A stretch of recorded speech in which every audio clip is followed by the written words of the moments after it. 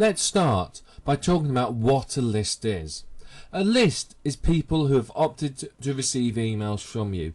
They may have visited one of your websites or any Web 2.0 property or something similar that you own and said, I want some information, and filled in a form on your page. May have been a pop-up, an unblockable pop-up, may just have been a form on the page. Whatever it might be, they've said they want to receive emails from you. Usually it's related to a website that you've created. So if you've got a website on stop smoking, you may have a stop smoking list. If you've got one on parrot keeping, you may have a parrot keeping list. If you've got one on cooking, maybe you've got a list on that as well. But they've signed up to your list for a reason, because they want more information on the subject that your website's about, the niche that you're marketing in. They either want the free gift that you signed up, or if they're not quite sure to buy your product yet, so they want some more information, or they want the course that you're offering to give them access to, or anything like that. That's why they've opted in. Now, typically, your list is going to contain people from all over the world. Don't be surprised if there's people who don't come from your country. Don't be surprised if there's people that don't speak the same language as well as you, or don't understand the colloquialisms you use or some of the terms you use. There's going to be people that are going to be experts in the niche. There's going to be people that are intermediate. And there's going to be people that are complete beginners that have no knowledge whatsoever.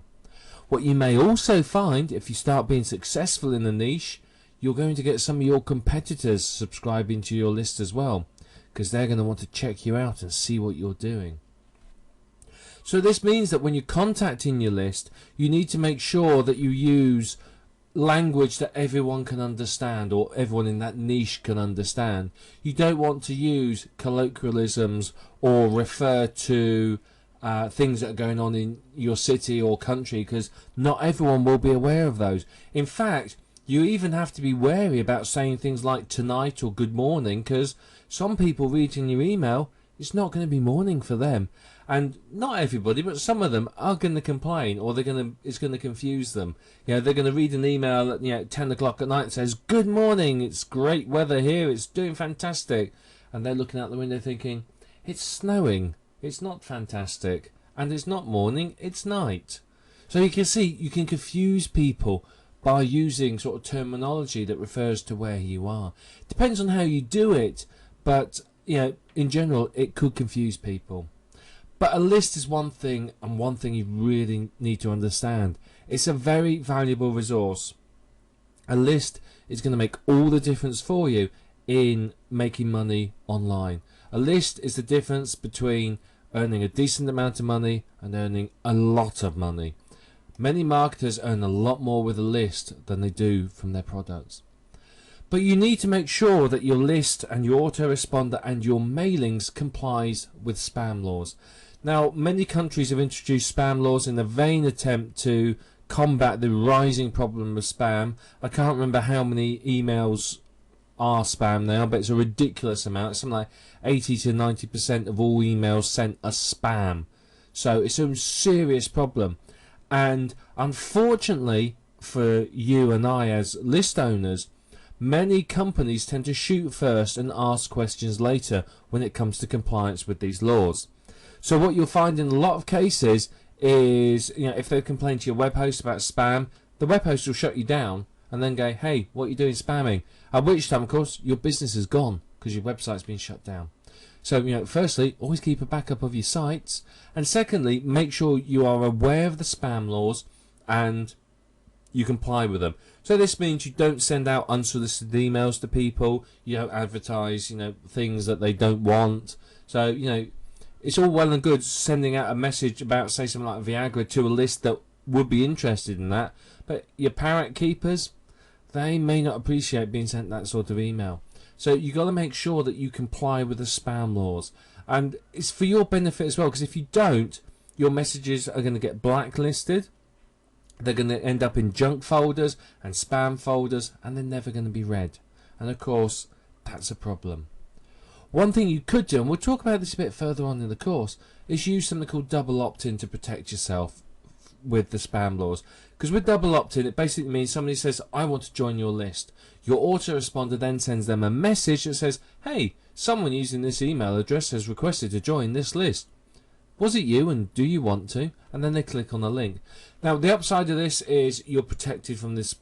You comply with the spam law. So if anyone comes to you and says, hey, he's spamming me, and this has happened to me, I've had some very nasty emails off people saying, who the hell do you think you are sending me these emails? And I say, hang on, you subscribed to my list on this date at this time from this IP address. You double opted in to my list, so I'm not spamming you. You have forgotten you've signed up to my list, and that tends to send them away. I've also had companies contact me saying, you're spamming us. I'm saying, no, I'm not. This person's requested information, and I can prove to them.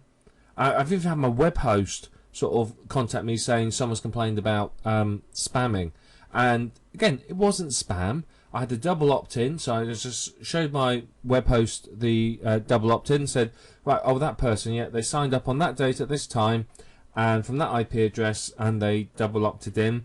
Since then, they bought this product, and this product, and they've opened all these emails. So I was able to go back and give them all this information, and my web host just went, oh, fair enough, and just told the person where to go. But you've got to be protected, because you can get yourself shut down, and if your business relies on that, it could be a problem. I want to tell you a little about what's in this course. This is a course about list building. We're going to show you a number of ways to build a list. But I want you to understand why you want a list. A lot of marketers can't get their head round why a list is good. We're going to talk about that in the next video so that you know why it's a good thing for you to have. I'm going to give you some help choosing an autoresponder. I'm going to be honest, it can be difficult. There's millions of them out there. There's hosted services, there's scripts you can install, there's expensive scripts, there's cheap scripts, there's expensive hosted services, there's cheaper ones. Which do you go for? Which one's best? Do you just pick the one that everyone else is going for? We're going to talk about that in a little bit more detail. I'm going to talk to you about how you actually build a list. I want to talk about the mechanics of it. Where do you find subscribers? I want to talk about some of the best ways for you to find subscribers and why list building needs to be the focus of your business. I'm also going to teach you some of the most powerful ways to build your list. These are incredible ways for you to build a list and to get people subscribing. Once you've got subscribers, you've got a great relationship with them, you're going to earn a lot of money. But you need to understand what your list wants, and we're going to talk about this in this course as well. I want you to understand what your list is after and how you can give it to them. I'm also going to talk about where to find content from your list. I mean, again, a lot of people are put off building a list because they sit and think, I've got to write an email to the list every week or every 2 days or whatever it might be, which is great. If you've got one list, no problems. When you've got 10 lists or 20 lists or 100 lists, it becomes a problem, and it becomes quite a serious problem. So we're going to talk about where to find content for your lists so that you're not stuck spending all your life writing content for them. We're going to talk about the importance of a relationship with your list as well. That's vital for you to understand. Now, this course is fully featured. There's going to be lots of information. There is a book accompanying it if you want to print that out and read that or have it next to you as well. There's some crossover between the book and the video, but there's information that's in the videos that isn't in the book and vice versa. So you're going to have to watch them both and read the book, but the book won't take you too long to read. This information is going to, there's going to be a lot of it. This video course is fluff free, so you're not going to find filler and useless information. It's all to the point, valuable information to help you understand why you need to build a list. So grab yourself a pen and paper, make yourself comfortable, and let's move on to the next video right now.